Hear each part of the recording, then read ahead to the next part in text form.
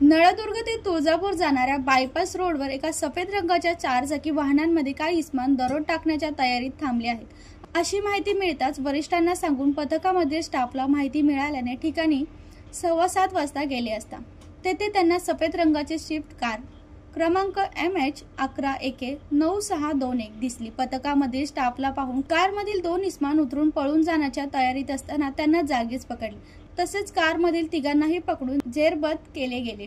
रोहित उर्फ तात्या अंकुश गायकवाड, वय वर्ष 36, सुभाष कॉलनी बीड. अमर असाराम गायकवाड, वय वर्ष 23, नळवंडी नाका बीड.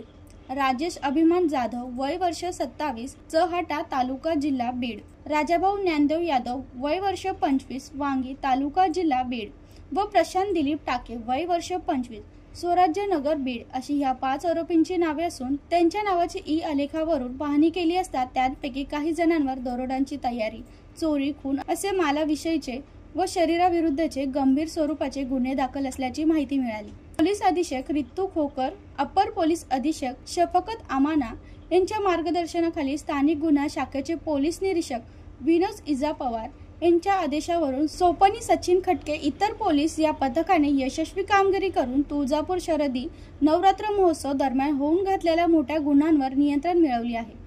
कारची पाहणी केली असता कारमध्ये दरोड टाकणाऱ्यांचे साहित्य एक लोखंडी धारदार कोयता मिळाला.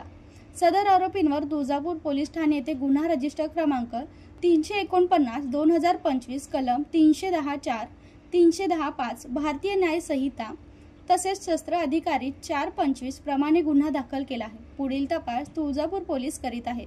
रुपेश ढोलारे, जनशक्ती, धाराशिव.